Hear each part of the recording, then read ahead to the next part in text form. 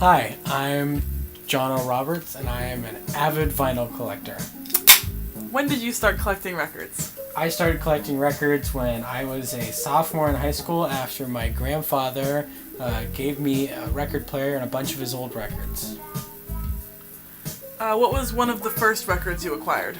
I got a bunch of records from my grandfather, as I said before, that were Frank Sinatra and some of his older things from when he was younger. But as an individual, my first purchases were the Freewheelin' Bob Dylan and Eric Clapton's Unplugged MTV performance.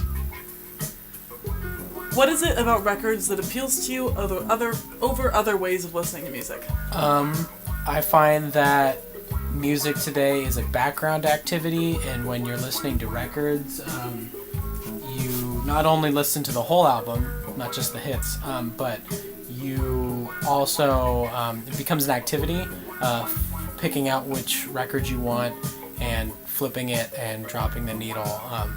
It makes you more immersed in the activity. It takes the front. What's your preferred way to acquire new records? The easiest way to find records is online, Amazon, and Discogs.com. Those are the places where you can definitely find what you want the easiest, but I really got to hand it to local stores. They keep it going, and I support them at any possible time, so I always go check there first before I go online. What are some of your favorite records you own?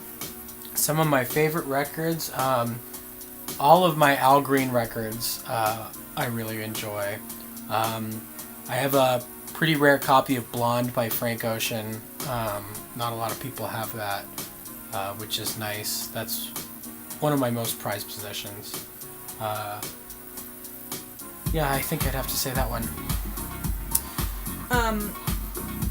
Any good stories around your record collection or any albums in particular?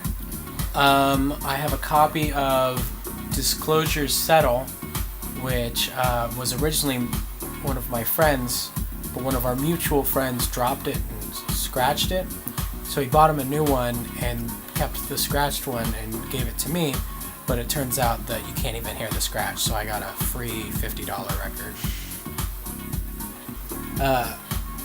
When I lived in Portland, I went with a friend of mine to all the local record stores, or not all, but some of the hippest ones, and ended up spending a bunch of money on records the day before I flew out, and didn't have enough money to check in my bag or do all the things I would need to do at the airport. So there was a lot of freaking out because my flight was at 6 a.m.